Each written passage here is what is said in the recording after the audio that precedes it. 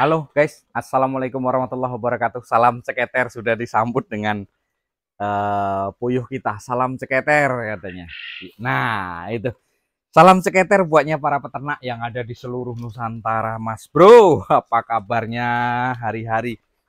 Semakin hari semakin kita di ternak puyuh semakin membikin pusing, semakin membingungkan, semakin ya semuanya tidak terlepas dari koridor permasalahan manusia yang ada di dunia. Nah, banyak sekali problema dari kawan-kawan yang mencoba menghubungi saya lewat website ya, karena dimana di situ kalau mau rekan-rekan mau belajar pembibitan, mau beli telur PS, itu memang kita siapkan di situ, memang ada, dan juga ada itu silahkan cek roll video saya di kalau mau pengen pesen telur FS, GPS, PS itu ada di situ.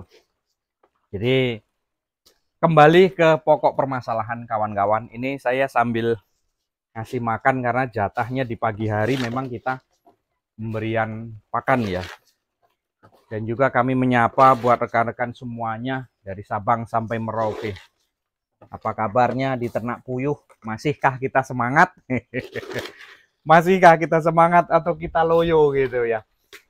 Terima kasih kemarin ada dari Pak siapa ya? Bentar, saya ambil HP dulu sebentar.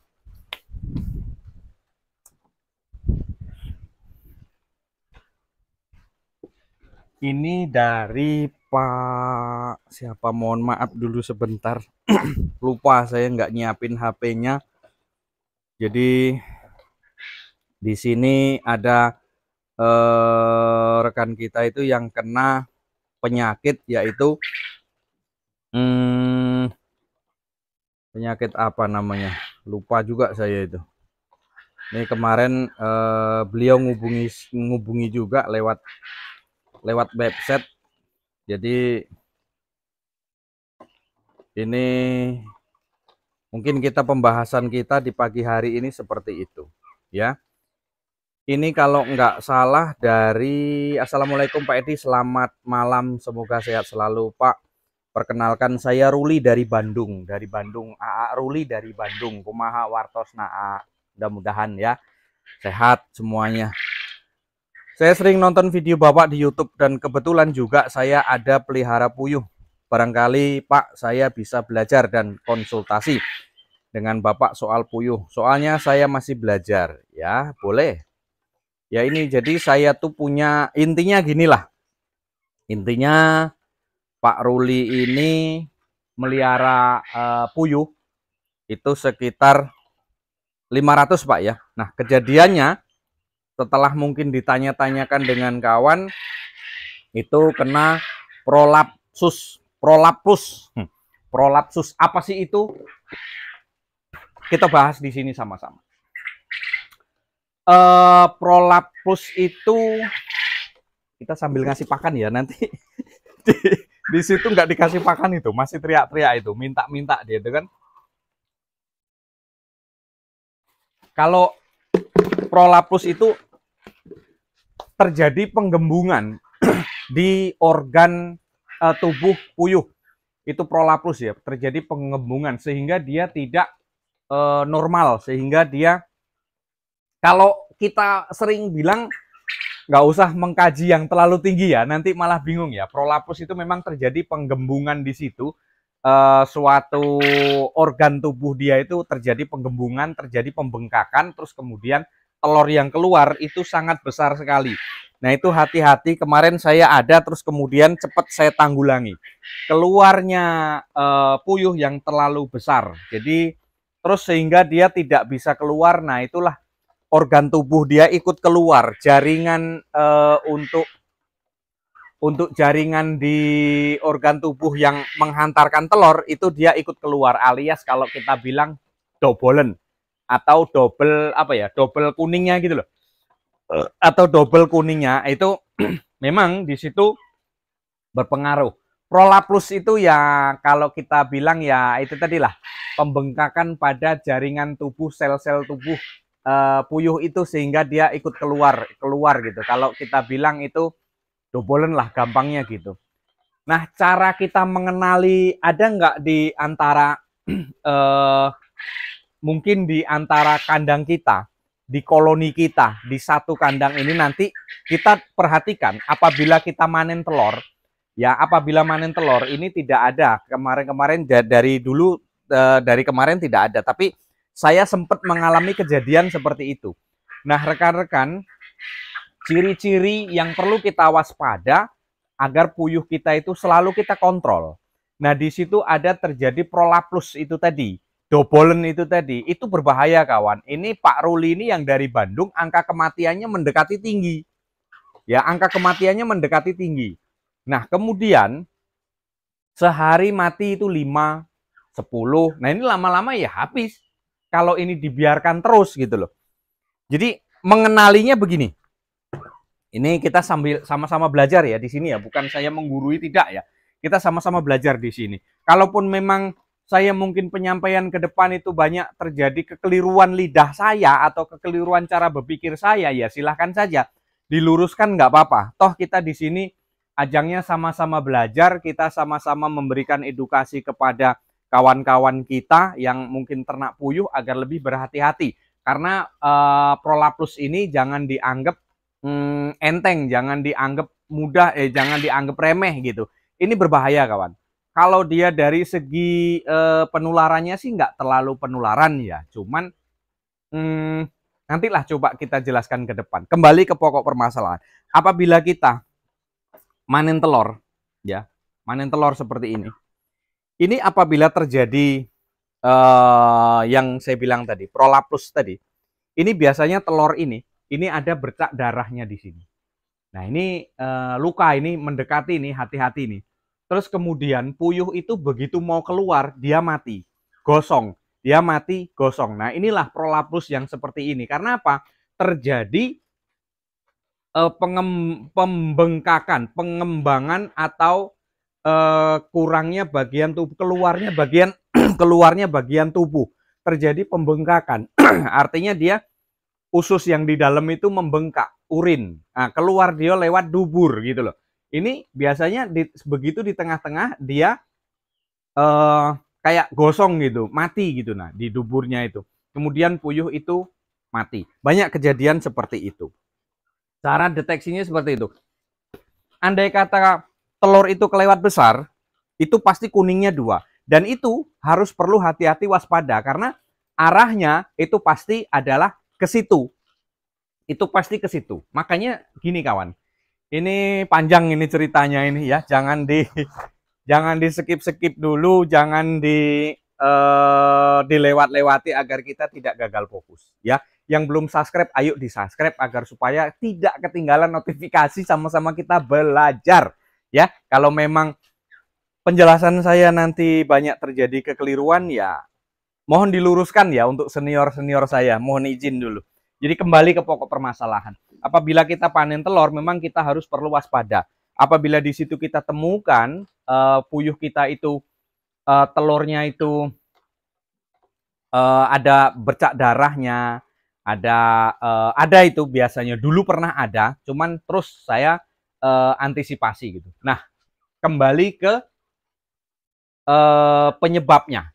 Kita mencoba mempelajari, mengkaji penyebabnya itu apa gitu. Jadi kita kalau tahu penyebabnya, terus mungkin nanti kita bisa berpikir gimana caranya kita tidak terkena itu. Kalau untuk penyebabnya biasanya pemberian stimulan cahaya yang cukup dan cukup menerangi pakan ya. Jadi kalau malam gini kita jelaskan. Jadi kalau malam ini pencahayaan itu cukup hanya untuk mengenai pakan saja. Jadi puyuh itu jangan sampai di dalamnya itu ada cahaya, terus jangan sampai ada cahaya yang begitu terang di malam hari. Kenapa? Karena puyuh tidak akan istirahat, ya. Dianggapnya itu adalah siang dan maka dia akan meningkatkan hormon dia akan meningkatkan daya makan dia. Kemudian nanti timbullah kanibal. Nah, timbullah nanti kegemukan. Itu tadi. Kalau kegemukan, ya rata-rata sih kalau bisa pemindahan itu dari 140 gram ya. Itu baru nanti kita bisa pindah ke kandang pembesar. Jangan terlalu dipaksa dulu. Jadi pencahayaan itu tadi, kembali ke situ. Apabila malam, pencahayaan itu jangan terlewat terang. Karena akan memicu produktivitas puyuh, dan kemudian puyuh tidak akan istirahat. Maka akan memicu terjadinya kanibal dan kegemukan. Kalau terlewat kegemukan, yaitu nanti akhirnya lemak itu menumpuk di dalam sehingga mau mengeluarkan telur itu sempit, pinggulnya sempit. Ya, belum waktunya keluar dipaksa keluar akhirnya. Karena terjadi telur di dalam sudah besar. Reproduksinya itu tadi. Belum waktunya keluar dipaksa keluar, masih terlalu dini. Ya, jadi ya itu tadi, begitu dipaksa keluar pinggulnya nggak kuat. Pinggulnya kurang lebar. Akhirnya dia memaksakan diri mati, kawan. Itu timbulnya seperti itu, ya. Dari stimulasi pencahayaan, terus kemudian mungkin dari apa ya, sirkulasi. Nah, itu perlu juga kita arahnya ke situ, kawan. Nah, terus burung puyuh yang kegemukan itu nanti akan menyebabkan ya itu tadi, keluarnya telur yang tidak normal. Takutnya kalau kita ada pencahayaan yang terlalu terang, itu nanti berat badan tubuh ini nanti tidak akan ideal, tidak akan sama rata, ada yang gemuk, ada yang kurus. Makanya saran saya untuk pencahayaan itu cukup agak remang-remang saja, jangan terlalu terang. Kalau terlalu terang di dalam puyuh, terlalu terang malam, nah ini memicu terjadinya kanibalisme, terjadinya reproduksi dia itu meningkat, hormon dia meningkat, semuanya meningkat. Ini membahayakan, pemicu terjadinya prolapsus ya, berkemungkinan seperti itu. Kalau saya pelajari seperti itu, sumber-sumbernya saya pelajari seperti itu. Terus kemudian kandungan nutrisi pakan yang tidak seimbang. Ini hati-hati, kawan. Ya. Kandungan nutrisi pakan yang tidak seimbang. Pak, saya menggunakan pakan pabrikan loh. Ini kok malah dobolen. Kan gitu. Jadi berkemungkinan begini. Kondisi nutrisi pakan tidak seimbang. Saya juga menggunakan pakan pabrikan, ya. Awas, hati-hati, terkadang kita pemberian itu mungkin jamunya. Karena kita tidak tahu dosis, gitu.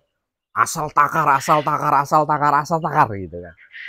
Nah, itu memicu nutrisi tidak seimbang. Ya, kalau pakan, makanya gini, kawan-kawan di Jambi dengan saya juga, kebanyakan kalau saya menggunakan pakan murni pabrikan, saya menggunakan pakan P100 loh. Di sini saya tidak memberikan vitamin ke burung. Saya tidak memberikan vitamin ke burung, hanya air putih terus.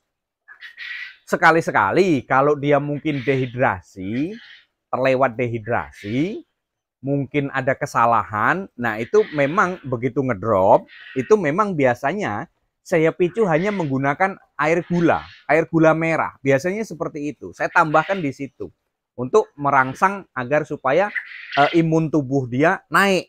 Atau apalagi itu pun tidak sering ya, itu pun tidak sering gitu. Nah, terus kemudian tadi nutrisi pakan tidak seimbang ya. Itu terus kemudian kita maka terjadilah dobolan itu tadi. Ya. Karena nutrisi tidak seimbang. Lemaknya banyak, lemaknya besar, nah sehingga dia tidak bisa keluar dengan normal. Nah, itulah pemicu dari prolapsus itu tadi. Dobolen lah, kuningnya 2. Kalau telur sudah mulai kita curigai ada yang besar, nah itu harusnya kita harus cepat curiga kawan di situ. Harus cepat curiga. Karena apa? Begitu nanti disitulah pemicu kanibal yang sangat cepat sekali. Pertama dari pencahayaan, terus kemudian nutrisi pakan tidak seimbang, kemudian telur besar, terjadinya kan seperti itu. Mana ya? Kemarin ada 2, terus saya langsung cepat antisipasi itu. Biasanya ada di dalam satu koloni, satu kandang ini ada telur yang besar sekali, yang kelewat ukuran standar. Nah itu harus cepat dicurigai kawan, pisahkan, harus dipisahkan. Kalaulah sudah terjadi mungkin ada dia bisa keluar, dobolen, dia bisa keluar, tetapi usus ini tadi masih di luar, nah itu cepat pisahkan. Karena apa? Akan memicu kanibal di situ. Akan memicu kanibal di situ. Nah, kalaulah sudah kanibal, karena apa? Puyuh ini pantang melihat darah kawannya. Kalau kawannya berdarah, nah ini cepat memicu reaksi untuk kanibal, gitu. Nah, jadi rekan-rekanku semuanya, keseimbangan berat badan. Sekarang coba kita berbicara tentang pencegahan prolaplus. Kalau mungkin diobati itu sudah kita agak kesulitan ya. Coba kita sekarang mencegah, coba mempelajari mencegahnya itu harusnya seperti apa. Yang pertama, keseimbangan berat badan. Kembali lagi karena nutrisi tidak seimbang tadi. Kita harus bisa menjaga keseimbangan berat badan. Berat badan itu kalau dari DOQ sampai dirawat itu 140 gram mulai bisa kita naikkan ke kandang baterai. Keseimbangan berat badan itu harus kita jaga. Jangan sampai puyuh kegemukan, terus kemudian jangan sampai puyuh itu kekurusan. Biasanya terjadinya prolaplus itu kalau menurut saya ya karena terlalu banyak makan terus gitu loh. Kemungkinan karena tidak ditakar ya, kemungkinan karena tidak ditakar. Kebanyakan seperti itu yang saya pertanyakan ke kawan-kawan, menggunakan pakan pabrikan tidak ditakar. Nah, dari situlah terjadinya prolaplus itu tadi. Gitu. Nah, pencegahannya keseimbangan berat badan itu harus dijaga. Terus kemudian intensitas cahaya kandang itu memang harus kembali ke awal itu tadi. Jangan sampai terlalu terang nih, ada loh di video saya itu kalau untuk pencahayaan malam itu jangan sampai terjadi terlalu terang seperti di siang hari gitu. Nah, terus berikan pakan sesuai kebutuhan ya, berikan pakan sesuai dengan kebutuhan. Puyuh ini kalau nggak salah ada rumus perhitungan VCR-nya itu ada ya, VCR rasio untuk mengukur dia itu kalau untuk jenis blaster itu 22, 23 sampai 24 itu bisa. Ya, 23 gram ya, itu bisa gitu. Makanya kalau terlalu di full pakan di los, apalagi kita menggunakan pabrikan yang protein secara kandungan protein, serat abu kasar, terus semuanya sudah diperhitungkan dari vitamin. Lain halnya kalau kita mungkin mengaduk pakan dengan kondisi pakan kita yang di situ nutrisinya, proteinnya kita perhitungkan hanya 18%, nah itu berkemungkinan sih agak aman walaupun di los gitu loh. Ya. Kalau kita ngoplos pakan sendiri yang proteinnya di situ 18%, 17%, mau di los, itu keamanan masih mungkin kemungkinan kalau untuk prolaplus jauh. Cuman kalau kita menggunakan pakan pabrikan, saran saya yaitu ya ditakar gitu, ditakar agar supaya tidak terjadi prolaplus seperti ini. Nah, terus kemudian segera kalau misalkan ada yang kena prolaplus, itu segera dipisahkan. Ini pencegahannya seperti itu, segera dipisahkan. Terus kemudian, yang terakhir nih, kebanyakan ngomong nih, durasinya terlalu panjang. Kemudian yang selanjutnya, enggak tahu yang keberapa, yang selanjutnya keamanan, kenyamanan untuk puyuh itu harus selalu kita jaga, kawan. Jangan sampai kandang ini pengap, jangan sampai kandang ini terlalu terang di malam hari, jangan sampai sirkulasi udara itu kurang bagus ya. Nanti akan berpengaruh dengan amonia dia, terus kemudian naik gas amonia, bom waktunya mulai muncul. Nah di situ terjadilah bakteri segala macam. Nah itu perlu dijaga juga kawan. Jadi agar supaya kita terhindar dari prolaplus itu tadi. Nah yang terakhir kawan, kalaulah memang puyuh kita terkena prolaplus, apalagi kita ternak hanya mungkin 500, 300, itu sebaiknya cepat diakhir saja ya, agar supaya tidak menanggung kerugian yang terlalu dalam, cepat diakhir saja. Makanya seringkali saya bilang, seringkali saya menyarankan ke rekan-rekan, kalaulah kita mau beli puyuh itu sebaiknya dari DOQ lah, atau dari umur 20 hari, 21 hari ke atas itu kita rawat, karena biarkan kita tahu, biarkan kita perawatan kita, terkadang ya terjadinya prolaplus seperti ini, pemaksaan diri, atau masih kecil kita paksa hantam terus agar supaya perkembangannya itu cepat, tetapi di situ kita terlena, kita terlena sehingga di situ yang belum waktunya dia keluar telur yang sedang, nah itu terjadi di situ gitu. Makanya dari awal kalau puyuh itu belajar bertelur, telurnya kecil-kecil kan gitu, kecil-kecil dulu, terus nanti kemudian besar, besar, besar baru normal. Kalau telur itu kelewat besar, yaitu kita perlu curiga kawan. Ya, kalaupun saran saya yaitu tadi Pak, kalau memang sudah tidak bisa diatasi lagi, ya sudah sebaiknya diakhir atau konsultasi ke dokter hewan. Kan nggak mungkin Pak, kita mungkin peternakan ini 1000 banding 1 yang mau konsultasi ke dokter hewan. Paling kenceng buka YouTube itulah Pak. Nah, itu paling kenceng di situ. Nah rekan-rekanku semuanya, itulah tadi sedikit mengenai masalah prolaplus ya. Terima kasih yang sudah nyimak, terima kasih yang sudah nyimak video saya. Terima kasih kami ucapkan, kita sama-sama belajar. Sekali lagi, andai kata penyampaian saya ini terlalu mungkin banyak kekeliruan, saya mohon maaf kepada senior-senior saya. Kita sama-sama belajar, mencoba mengedukasi. Apabila memang di situ ada kesalahan, ya mohon sarannya untuk kita perbaiki.